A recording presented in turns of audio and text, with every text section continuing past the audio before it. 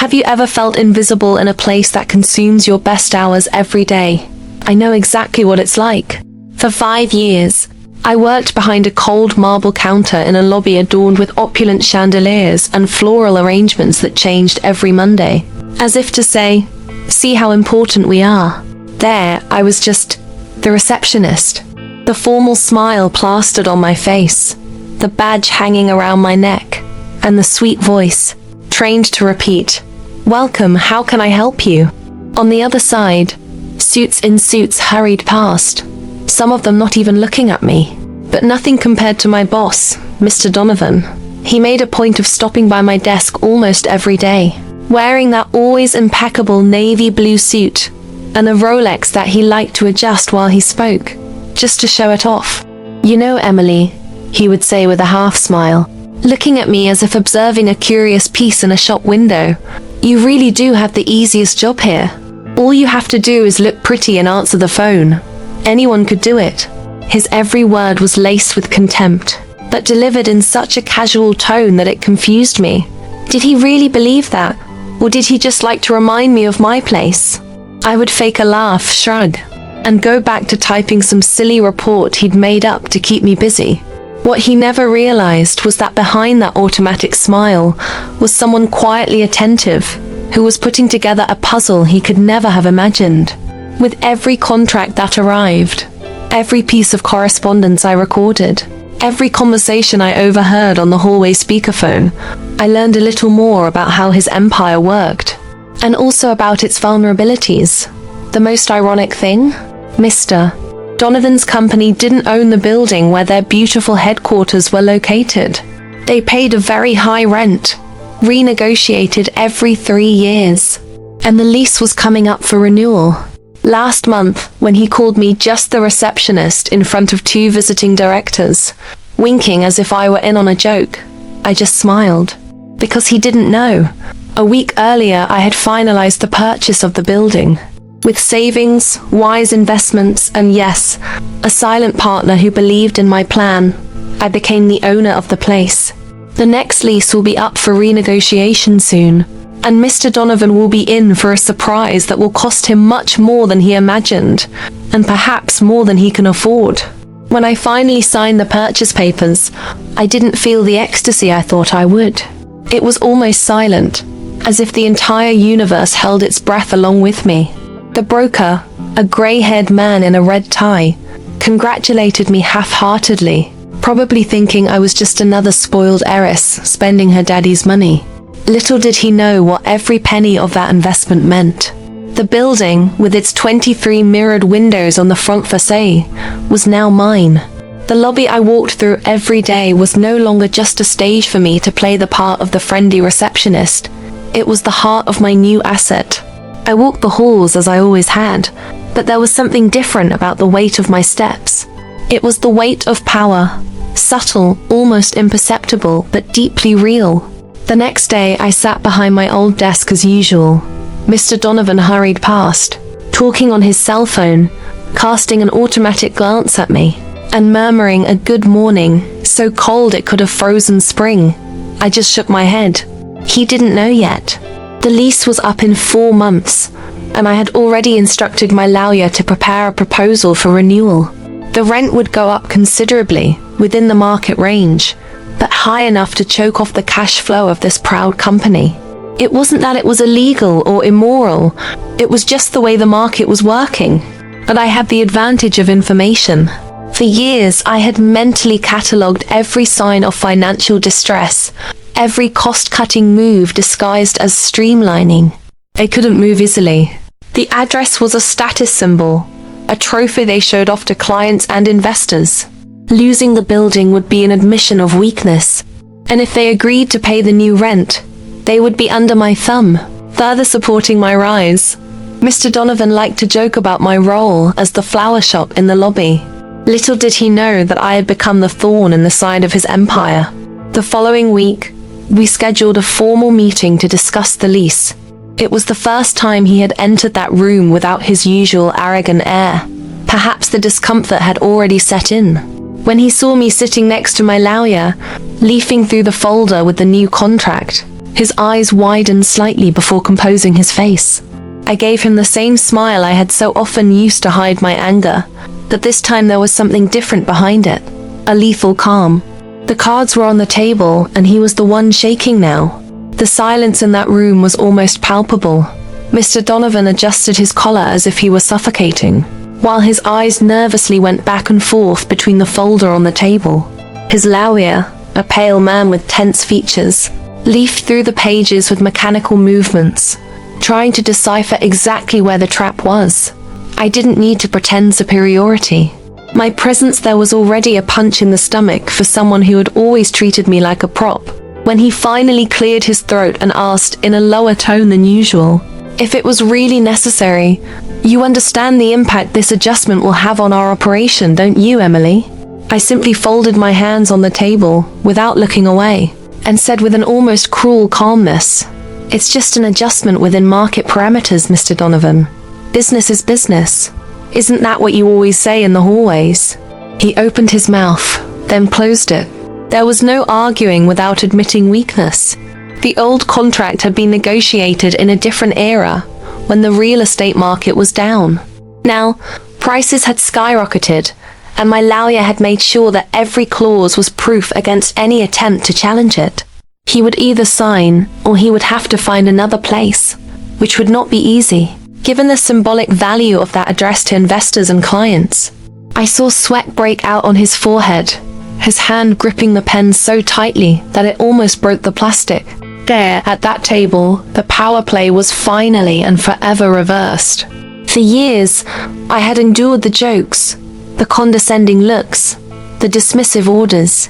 I had sat silently, watching, waiting, piecing together each fragment of my plan. Now there were no barriers between me and the triumph I had silently built. When he finally signed, the sound of the pen scratching the paper seemed to echo through the room like the jingle of chains breaking. I stood up first, extending my hand politely, the same automatic gesture I had used so many times to welcome clients, but now it was filled with a force he couldn't ignore. He shook my hand stiffly, avoiding meeting my eyes for more than 2 seconds. As soon as he left, I saw his shoulder bend slightly, as if carrying a new burden. I stood there for a few more moments, feeling the delicious weight of silence, the light air of someone who could finally breathe without the metallic taste of fear or submission. I left the room with firm steps, and for the first time I looked at the lobby not as the scene of my martyrdom, but as the stage of my victory. It wasn't the end yet. I had bigger plans, ones that went far beyond that building. I never thought the true flavor of revenge would be so different from what people usually say. There were no fireworks, no applause, no triumphant outburst of emotions. It was a strangely serene, almost anesthetic sensation, as if everything I had planned was simply taking its natural course. That lobby that had served me as a silent captivity for so long now seemed like a hall of mirrors where I could revisit each of the humiliations I had endured, but from a new, completely inverted perspective. I saw my reflection in the glass, more erect, with my chin raised not out of arrogance, but because of the absence of the weight of subservience. The security guards, who before had not always bothered to greet me, now looked at me with an almost automatic, instinctive respect, without even really understanding why. Maybe it was just the way I moved now, as if I didn't owe anyone an explanation. I began to frequent the building's building manager's office, which for so long I had only visited to pick up documents or pass on messages. Now, I was the one who made decisions about renovations, maintenance contracts, and bids for outsourced services. Each new meeting brought me face to face with more faces that had previously turned exclusively to Mr. Donovan and who now sought my answers, my decisions. I never had to raise my voice. Power is not displayed by shouting. It infiltrates the air like a subtle perfume, an unspoken certainty. At home at night, I would relive every detail in my mind. The sound of his pen scratching against paper, the way his shoulders slumped when he realized there was no way out, the way he avoided looking at me as he left the office. For years I had been just the receptionist, the one he could use as a stepping stone to boost his ego. make cheap jokes to entertain clients, or publicly humiliate to reinforce his authority. Now he was paying dearly, very dearly, to keep up the house of cards he had built. The new lease was draining his company's cash with the surgical precision of a scalpel, and I could see from the market reports that he was already borrowing at suffocating rates to keep the money flowing. Still, I took my time. There was something wickedly satisfying about letting him taste every drop of the venom he had been distilling for so many years. I took it slow, like someone stroking an enemy's neck before squeezing. I kept showing up behind my old desk for a few more weeks, just to savor his embarrassment at seeing me there. It was no longer a place of humiliation, but of dominance. I could feel the discomfort in his steps, the way he struggled not to show his growing hatred, his silent panic. It was almost theatrical. Every good morning, he said, came out forced, through clenched teeth. Some of the employees began to whisper in the hallways that Mr. Donovan didn't seem like himself anymore, that he was down, that maybe he had bigger problems than he was letting on. I just smiled, a short, economical smile, because I no longer had anything to prove to anyone. The final blow came in such an elegant way that I would be proud of it for the rest of my life. A foreign group interested in establishing a branch in the city approached me to negotiate the purchase of the building. I knew that the offer would come sooner or later, because of the strategic location and the prestige that the address offered. But before any sale, I needed to resolve my last personal issue, to ensure that Mr. Donovan would leave without any trace of arrogance. I offered him an addendum to the contract that could reduce the rent by up to 20%, as long as he agreed to move to a lower floor, much less prestigious, without the sweeping view that he loved to show off in meetings with clients. The look on his face when he heard the offer was a painting that I would have liked to have immortalized. His mouth opened in a trembling line, his nostrils flared, his eyes shone with indignation. It wasn't just a financial issue, it was a direct blow to his ego. He immediately refused, saying that he would never accept having his image lowered. He knew, however, that this refusal would cost him much more, because without the rent reduction, his company would be bleeding even more. But for him, appearing victorious was more urgent than being victorious. Months later, as expected, the company entered a forced restructuring process. I saw the official statement circulating in the local press, announcing strategic adjustments to maintain competitiveness. Those cliches that everyone uses to avoid telling the naked truth. They were on the verge of collapse. They had missed 2 consecutive rent payments.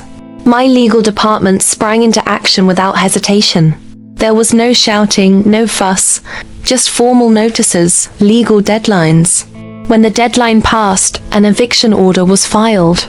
On the morning the moving team arrived, along with officers to supervise the procedure, I watched everything from the main hall, as I had done so many times before, only this time not with a heavy heart, but with an almost cold calm. I saw boxes piled up coming out of the glass doors. I saw employees exchanging confused glances. And finally, I saw Mr. Donovan leave with a black briefcase pressed against his chest, as if to protect what little control he still had. He didn't even have the courage to exchange one last look with me. When the building was finally empty, I walked through the hallways in silence. I ran my hand along the walls as if I were stroking an old, tired animal. Finally, at the top, I opened the panoramic window that so enchanted his clients. I took a deep breath, feeling the wind blow on my face, bringing the smell of the street, of freedom, of silent victory. I was no longer just the receptionist, and perhaps I never had been. I was the hunter who patiently spun her web and waited for the right moment to pounce. And at that moment, I didn't need applause or an audience. The sound of my own footsteps echoing through the empty hallway was the only music I needed to hear. After that day, the building's routine changed completely. The elevators that were once packed at peak times now moved slowly, carrying only technicians, engineers, brokers, and, occasionally, someone new interested in visiting the property. There was no longer the typical hubbub of Mr. Donovan's office, those hurried conversations and artificial laughter that echoed through the hallways. The most present sound now was that of my own breathing, marking each step I took on the floors that had once been his territory. The carpets were still luxurious, the walls kept the same impeccable paint, but everything seemed to have been emptied of soul, or maybe it was just the absence of the arrogance that made the environment so oppressive. Either way, that space was now mine entirely, without a shadow of him to stain the floor. I took advantage of this interlude to redesign the building. I hired architects, gave them free rein to redesign the lobby, replaced the tiled floor with dark wood, and installed modern light fixtures that cast golden circles on the floor at dusk. I removed the old reception desk, the counter, where I had spent years serving as a living doll for Mr.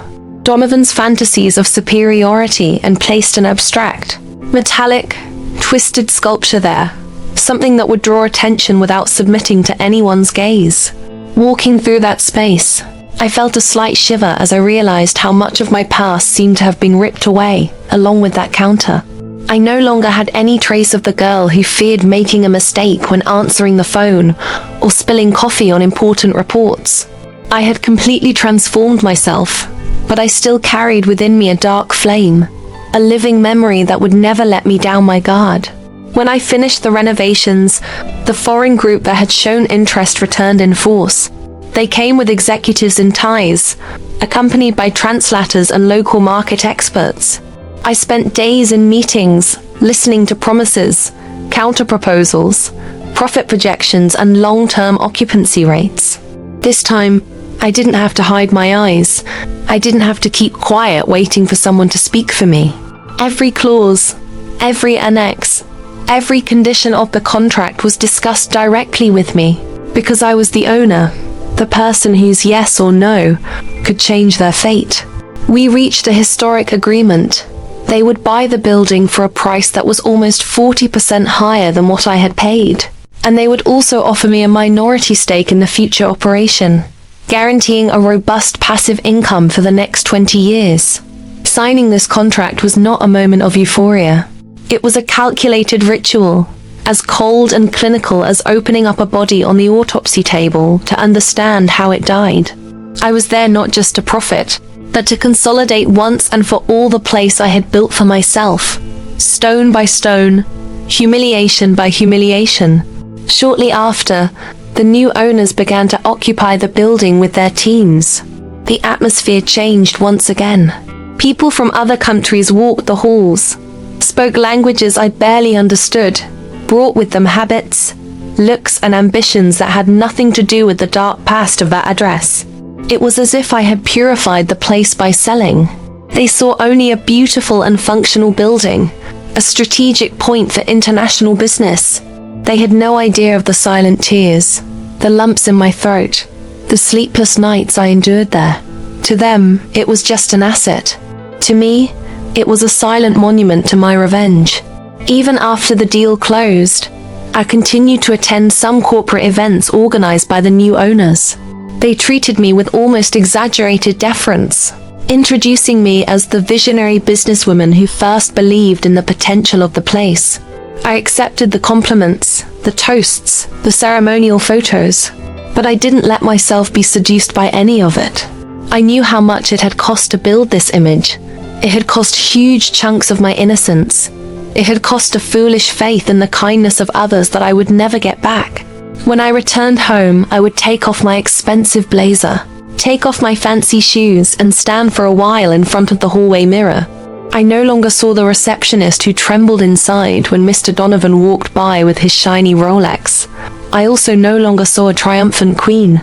I saw only a woman who survived. With the money from the building, I diversified my investments. It wasn't to show off, much less to feed some emptiness. I did it because I understood, the hard way, how cruel it can be to depend on the mood of the powerful. I bought solid stocks, participated in funds that operated on several continents, acquired smaller properties to rent out. I built a web wide enough to protect myself from almost any economic misfortune. I began to walk more lightly, without the constant fear of losing everything in a stroke of bad luck, or to the tyranny of some boss. But I still maintained the habit of analyzing each contract with hungry, almost suspicious eyes. Not because I needed to, but because it had become part of my instinct. Curiously, after a few years I heard rumors about Mr. Donovan's whereabouts. They said he had tried to open a new office in a different neighborhood, in a much more modest building, and that his client flow had plummeted. Some former employees told me he was looking downcast, aging, desperately trying to rebuild the image he had once had. I felt no pity. My compassion had died out around the same time he made jokes about my easy job, reducing me to a disposable lobby ornament. I thought about looking for him one last time, perhaps to see in his eyes the final recognition of my triumph. But I quickly dismissed the idea. I didn't need that anymore. My victory was so absolute that it didn't depend on being witnessed by those who had once tried to crush me. He would go his own way, suffering silent failures, while I would go my own way, expanding my business, looking after my interests and, above all, never again allowing anyone to put me on a fragile pedestal, just for the pleasure of pushing me off it. Sometimes I still pass by that address. I don't go in, I don't need to. I look at the renovated facade, the international sign, and I feel a slight numbness run down my spine. It's not happiness. It's not just relief either.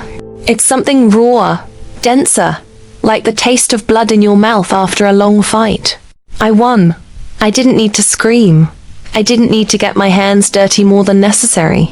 My silence was the blade that cut more precisely than any scandal. And in the end, perhaps that was the tastiest part of the whole story. The following years were almost a laboratory for my own evolution. I left behind the facade of the woman who needed approval, the one who automatically smiled to please, and who cowered in the corner when she noticed a critical look. I discovered the real weight of walking alone, without needing hands to guide me, or voices to guide me. I began to travel abroad frequently, not for luxury, but because each foreign city offered a new mosaic of opportunities. At each airport, when I heard the metallic announcements that rang out in dozens of languages, I felt the echo of what I had achieved. I no longer carried the fear of being caught off guard, of having to explain who I was or what I did. My story spoke for itself, although I rarely told it myself. On one of these trips, I met Asian investors who introduced me to technological innovation projects, areas that I had previously considered too far from my profile. I immersed myself in them with the same meticulous obsession that guided me when I observed Mr. Donovan for years, waiting for the right moment to turn the game around. I understood that true power was not just in real estate or signed papers, but in the fluidity of knowing where to apply attention, time, and money to multiply what many considered impossible. I returned from these trips with blockchain contracts, shares in startups that created solutions for smart transportation and clean energy management systems. To the world, I was just another successful investor. To myself, it was the culmination of silent revenge against everything that had once reduced me to a decorative role. Despite this, I never completely broke with my origins. I still kept in touch with old colleagues from my receptionist days, some of whom were as invisible as I was. People whose names Mr. Donovan wouldn't even remember. Every now and then, I had lunch with a former administrative assistant, now a single mother struggling to open a small studio.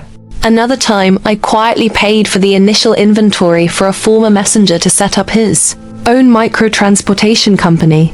I did everything without revealing the size of my fortune, without making lofty speeches. It wasn't charity. It was almost like paying an ancestral debt to all those who, like me, had swallowed frogs in silence. Helping them reminded me of who I was, and why I could never afford to be complacent again. One grey afternoon, I received a call that surprised me. The number was familiar, but the voice that answered hit me like a punch. It was Mr. Donovan himself. He sounded exhausted, without the pomp of old, his tone slurred, as if he was struggling with his own shame to form words. He said he needed a quick meeting, that he would like to talk about a possible partnership. I felt my chest warm not with empathy, but with something closer to contempt tempered with curiosity. I agreed to the meeting, more to observe what was left of the man who once personified the entire structure that crushed me. We met at a discreet cafe, far from his former ostentatious circles. When he arrived, I had trouble recognizing him right away. The suit was still there, but the cut betrayed that it was not new. His tie was loose, and his hair was beginning to thin noticeably. Above all, his gaze no longer had the haughty glow, but rather a silent plea for clemency. We spoke in an almost formal manner for the first few minutes. He tried to regain his confident businessman persona, talking about joint projects and synergies. I let him talk, watching the subtle tremor in his hands and the slight contraction of his jaw. Then, without warning, he lowered his tone, confessing that his business was on the verge of liquidation, that banks were already demanding impossible terms, and that he desperately needed an anchor investor to avoid total collapse. I remained silent for a few seconds too long, watching him gasp for breath as he tried to hold my gaze. When I finally spoke, my voice was low, almost a whisper, but heavy with the weight of everything that had been bottled up for years. I said that I had no interest in financing old management flaws or in saving legacies built on the contempt of others. He tried to react, to open his mouth to protest, but shame seemed to block any argument.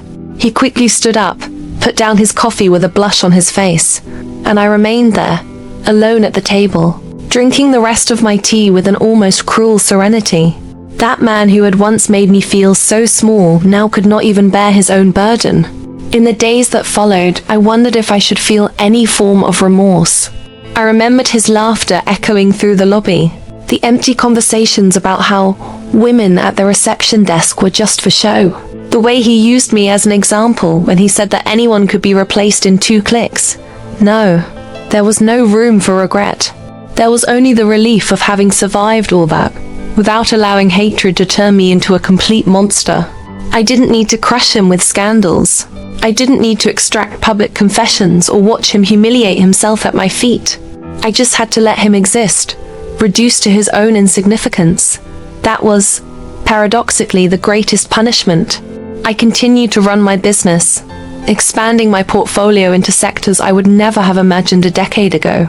I started visiting international technology fairs, investing in genetic research, and following neuroscience startups that promised to extend the lifespan of the human brain. I gradually transformed myself into a mix of meticulous investor and silent strategist, moving around in environments where no one would ever dare ask if I was just the receptionist. Each earnings presentation was a subtle reminder of the path I had taken. I never needed to tell my full story to impress investors. They saw my numbers, my track record of success, and that spoke louder than any confession of past grievances.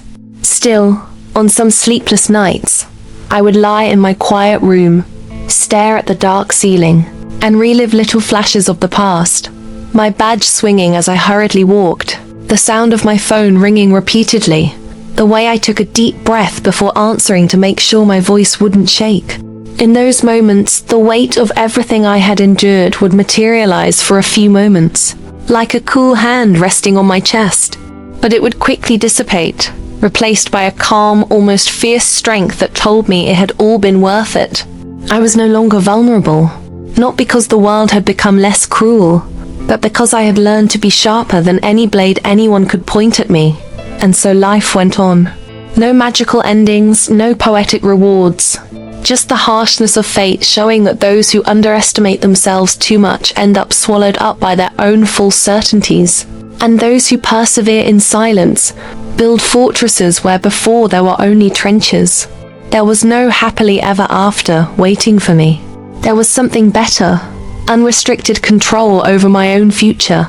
And for me, that was sweeter than any fairy tale could offer. As the years passed, what defined me was not just my accumulated wealth or the growing number of strategic partnerships spread across multiple jurisdictions. What truly shaped me was my almost instinctive ability to identify where human frailties lay, including my own. I learned to catalog weaknesses like someone who collects rare gemstones, studying their faces, their breaking points, the way they sparkle before shattering. I did this not out of gratuitous cruelty, but because understanding what drives someone to give in or resist was the best insurance. against repeating the fate of those who built themselves on towers too fragile to support their own egos. I continued to expand my web of investments. Some of them had never seen my face. I was a remote entity, hidden behind well-structured holding companies and lawyers who knew exactly how to shield my every move. I acquired shares in biotech ventures, bought discrete stakes in aggressive hedge funds, invested in heavy infrastructure in countries I might never even visit. By this point, my name appeared directly only where I allowed it to appear at summits, restricted conferences, and networking dinners so exclusive that even silence served as a form of communication. In these rooms, there was no one left who dared to question my competence or imply that my presence was due to anything other than pure merit. At the same time, she maintained an almost liturgical ritual of walking alone through the oldest parts of the city where it all began. I passed by dilapidated facades, by cafes that had changed hands 3 or 4 times, by little shops with signs faded by the sun. No one recognized me there. I could have been just another woman walking in the afternoon, taking in the smell of bread fresh from the oven, or the sweet aroma of fruit ripening on the stalls. This anonymity reminded me that, deep down, we all start out small, defenseless, and that the world feels no obligation to lift us up. On the contrary, it almost always tries to flatten us. That fragile version of myself that walked with small steps, afraid of meeting the gaze of some superior, became almost tangible on these journeys. Sometimes it seemed to accompany me, like a specter of what I had been, observing me with silent curiosity, without rancor, but also without veneration. One afternoon, I received an unexpected letter. It wasn't from any bank, fund, or client.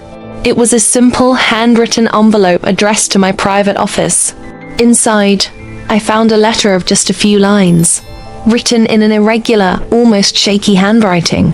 It was from Mr. Donovan himself. He didn't beg for help, nor did he try to rekindle his old pride. He simply reported, in an almost clinical manner, that he was selling off what little was left of his business, liquidating furniture, machinery, brands, trying to pay off debts that threatened to swallow up even his personal assets. At the end, there was an almost confessional passage. He said he had come to the conclusion that he had dedicated his life to building something that had only served to inflate his own ego, and that the final ruin was less painful than he had anticipated. What hurt more was the belated realization that he had been a banal tyrant, incapable of seeing people beyond the functions they performed. I read those lines without emotion, not because I was incapable of feeling, but because the entire repertoire of resentments he had planted in me had already been burned in another fire, years before. I kept the letter in a drawer that I rarely opened, not out of tenderness, but as a physical reminder of what can happen to those who believe they are untouchable. I never replied. I thought it was better that way. There was no more dialogue to be had between us. My life became, paradoxically, quieter as I conquered everything that for so long seemed unattainable. There was no more false laughter echoing through opulent corridors, no more tense meetings trying to prove my worth. There were only schedules filled with meticulously chosen meetings, restricted dinners, contracts reviewed down to the last detail by teams working under my command. This silence was not empty. It was filled with the peace that only those who have borne the weight of humiliation know, when they finally no longer owe anyone an explanation. In moments of introspection, I would wonder if I had lost something essential in the process, a certain sweetness, perhaps, or a naivety that colored the world with less harsh tones. The answer came without mercy. Yes, I did. But it was not a lament, but rather a mature realization. No one crosses the minefield of power and revenge without leaving pieces along the way. What was left of me was stronger, but also more cautious. I did not trust easily. I was not enchanted by promises. I was not moved by belated tears of regret. Still, I did not become a monolith incapable of appreciating small delicacies. I liked to grow rare plants in my penthouse, to watch documentaries too long for any casual viewer, to prepare meticulous coffees whose aromas invaded the entire apartment. These details were my anchors, reminding me that even surrounded by fortunes and strategies, I was still human. There was also a certain irony in the fact that, in the end, what consolidated me was not shouting, denouncing, or seeking audiences to expose my wounds. It was silence. A silence that allowed me to plan, observe, and act when no one expected it. The silence that protected me from thoughtless outbursts and outbursts that could have put me at a disadvantage. The silence that made Mr. Donovan believe for years that I was just a lobbyist prop while I patiently set up my board. And the final silence, the one that prevented me from answering his letter, for no dialogue could have been more eloquent than my absolute silence in the face of his downfall. On a particularly serene evening, I sat on the balcony of my penthouse, looking out at the pulsating lights of the city that stretched as far as the eye could see. I thought about how many stories were unfolding down there, how many receptionists endured cutting jokes, how many interns trembled as they brought coffee, how many bosses puffed out their chests to disguise grotesque insecurities. It was an almost inevitable cycle in corporate environments, fueled by petty vanities that grew into monsters. I had broken that cycle, at least for myself, not to save them, but to ensure that I would never find myself on the other side, needing lame excuses to justify the power I held. This was the true climax of my story, not Mr. Donovan's downfall, not the $1 million building contract, not the investments that multiplied almost by inertia.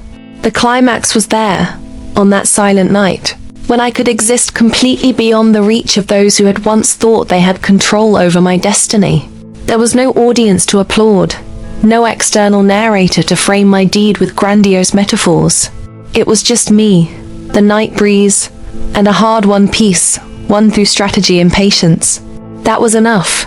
Some might imagine that, upon reaching such a level, I would become an enthusiast of vulgar ostentation, collecting imported cars in cavernous garages or spreading photographs of luxurious trips across superb walls. The reality was quite different. My apartment, although spacious, was sober, almost minimalist. Shelves full of books replaced trophies or pompous photos. There were paintings by local artists that I had found at discreet fairs, often buying without even asking for the name of the work, choosing them for the silent impact they had on me. I lived surrounded by an environment that did not need to announce to anyone the size of the heritage it protected. I learned that true power likes silent walls, that do not need to shout what they shelter. My days became a succession of almost ritualistic appointments. In the morning, I would review reports from the analysts who kept the machinery running across multiple time zones. There were charts projecting global economic scenarios, financial statements from companies in which I held significant stakes, geopolitical analyses that could influence some remote operation. I read everything with an almost clinical pleasure, savoring each piece of information as if tasting rare spices. It wasn't greed. It was a hunger to never again be caught off guard, to never again depend on the mood of someone like Mr. Donovan to determine whether I could pay next month's rent. In the afternoon, I would spend a few hours walking alone, almost always on improvised routes, with no apparent purpose other than to move my body and clear my mind. I would watch ordinary people solving trivial problems, salespeople stacking boxes outside stores, delivery men discussing deadlines with anxious expressions, young people squeezing into lines to buy cheap coffee before rushing to offices that were perhaps as toxic as the one that shaped me. During these walks, I felt a strange, silent complicity with them. Not because I considered myself the same. The reality was that the gap between us was enormous, but because I vividly remembered when I was a disposable piece on the same board. At night, I sometimes indulged in long dinners with a few friends. There weren't many, because most of the people who approached someone with my economic power had intentions too discreet for me to feel comfortable. The ones who stood the test of time were curious, insightful human beings who didn't need to bring up finance or business to feel interesting. We talked about obscure films, about harsh poems that read like someone dissecting a still-living heart, about scientific theories, about consciousness that made us forget for whole minutes the predictable rotation of capital around the world. These rarefied moments had a taste of eternity. Still, they never fooled me to the point of lowering the defenses that kept me unattainable. At one of these meetings, an old friend who had known me since long before my financial heyday commented almost casually that I had changed the way I looked at the world. "You still observe everything with the same intensity," she said, fiddling with her napkin between her fingers. "But it's as if you've replaced your heart with a silent machine that calculates risks even in order to feel." I half smiled, not out of cynicism, but because there was something raw about her observation. It wasn't that I was incapable of feeling, on the contrary. My emotions were deep, but they were filtered through so many layers of analysis that they seemed more like strategies than impulses. That saved me, and I wasn't willing to give up that armor just to seem more palatable. There was a curious episode that illustrates the point I was making. One day I was invited to a private panel in another country with some of the world's top hedge fund managers. It was a large room with floor-to-ceiling windows that revealed a foreign city pulsating below.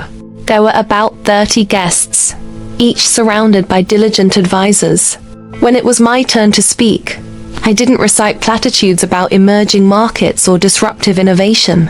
I spoke, without giving explicit details, about the inestimable value of observing before acting, about the almost invisible strength of those who learn to endure small daily ego deaths until they accumulate enough power to no longer fear anything. The room was suspended in reverent silence. Some didn't understand. I could see it in their faces. Others, the few who truly mastered the game, nodded with a restrained gleam in their eyes. They were predators recognizing each other. When I got back to the hotel that night, I took off my high heels, sat on the edge of the bed, and closed my eyes for long minutes. The marble counter of the old lobby flashed past me in disconnected fragments. The sound of the keyboard on which I had so often typed futile reports, Mr. Donovan's voice zigzagging with insults disguised as jokes. I realized that no matter how much distance I had gained in time and money, part of me was still trapped on that cold floor. But no longer as a hostage. It was like visiting the graves of past versions of myself to make sure they remained dead and buried. After that, I received some curious, almost tempting proposals to take on formal positions on the boards of multinationals that courted me with generous packages of shares and bonuses. I turned them all down, not because I despised the prestige or the additional money, both of which had not influenced my decisions for some time, but because I could not stand the idea of having fixed schedules, organizational charts, or committees trying to restrict my choices. I built my freedom brick by brick, paying for it with years of humiliation and strategic silence, and I would not give it up just to have my name on golden plaques scattered throughout polished hallways. I also stopped following Mr. Donovan's life. There was a time, I confess, when I would quietly sift through the digital scraps he left behind. Little notes in local newspapers, public records of cases, corporate rumors. It was like checking to see if an old threat was still well contained, unable to resurface. But after a while, it lost all meaning. There was nothing there that could affect me anymore. The man had become an economic specter, orbiting on the fringes of relevance, unable to influence anyone's fate. Erasing this surveillance from my routine was almost as liberating as destroying him. On rare days, I allowed myself to recall my entire career with the clarity of someone who replays every scene in a feature film. I would visualize the first day I walked into that building as a receptionist, wearing a simple blazer I had bought on sale, trying to maintain my posture straight to appear confident. The weight of the badge around my neck was disproportionate to the miserable salary I was earning, but it symbolized a precarious entry into a world I still didn't understand. I remembered the endless afternoons when the clock seemed to be stuck, the visceral fear of making small mistakes that could cost me my job. All those small pains, the tightness in my chest when I was ridiculed, the feeling that my voice wasn't even worth an echo in the hallway formed the mortar of the woman who now managed portfolios, capable of moving entire indexes on international stock exchanges. This didn't make me proud in the conventional sense. It didn't move me to the point of wanting to tell my story in motivational speeches or write inspirational books. In fact, I repeatedly rejected invitations to share my journey of overcoming in formats that would transform my trajectory into an easy spectacle, served to audiences who would forget everything the next morning. My victory wasn't entertainment. It was a carefully cultivated revenge that became much greater than any shallow justice could offer. I didn't need applause.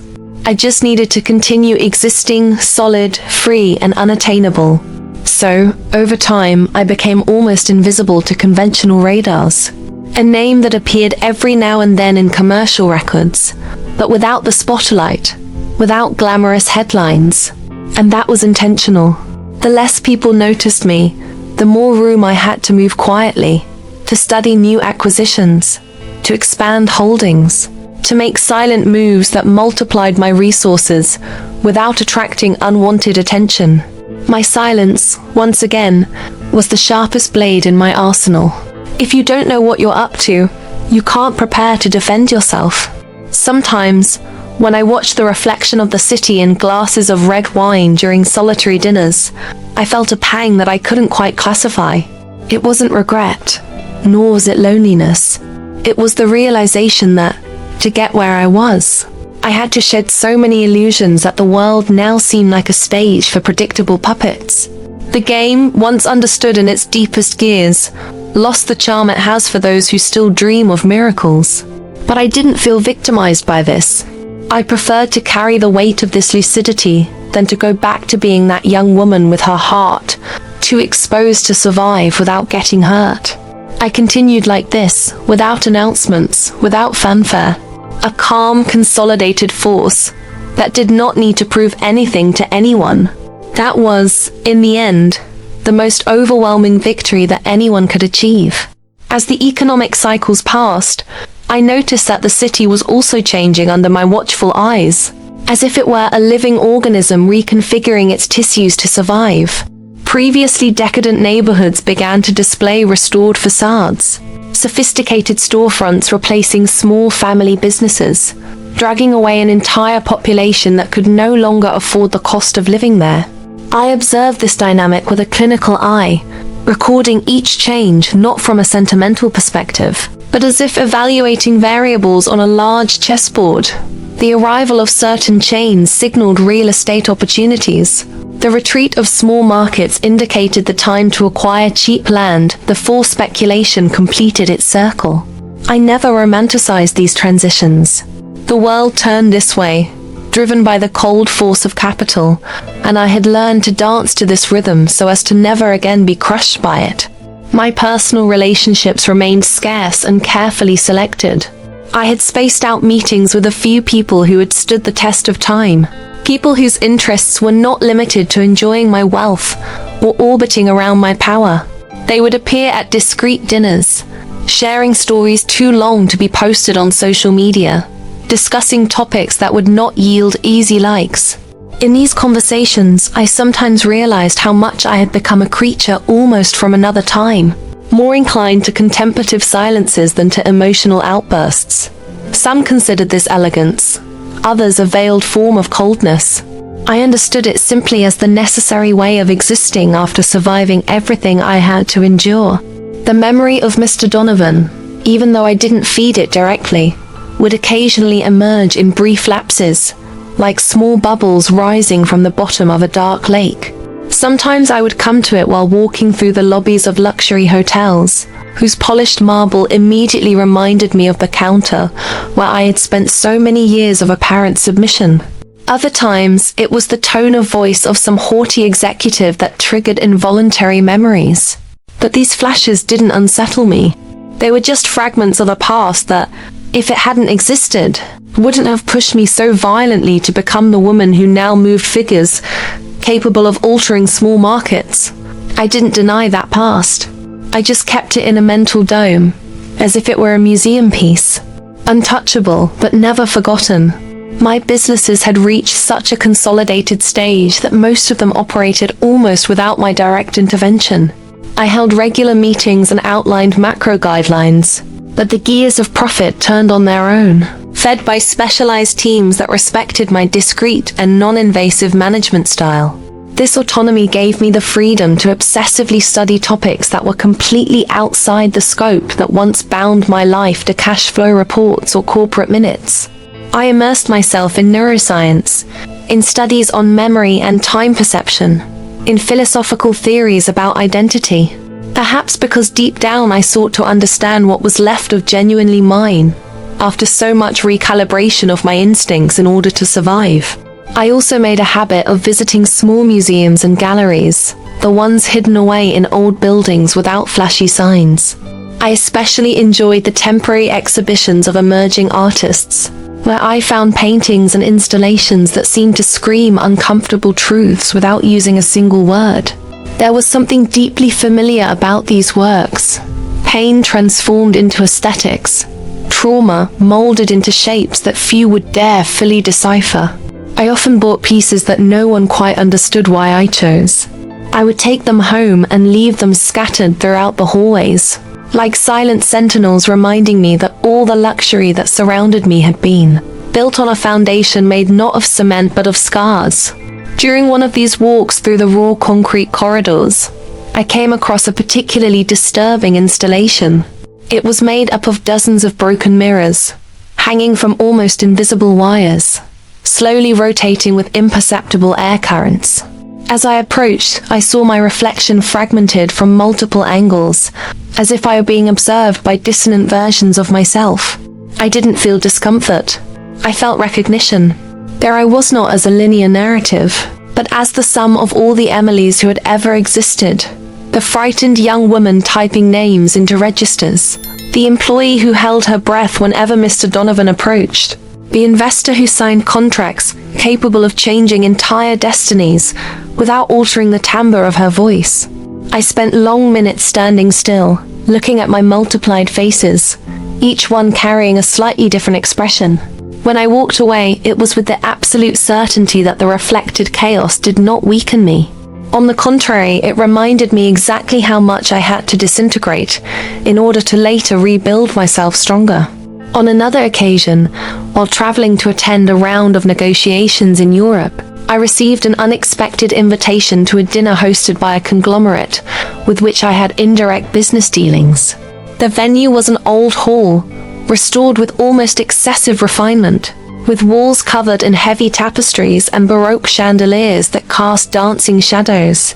At the table sat bankers, diplomats, heirs to fortunes who had never had to endure the metallic taste of fear of losing their jobs.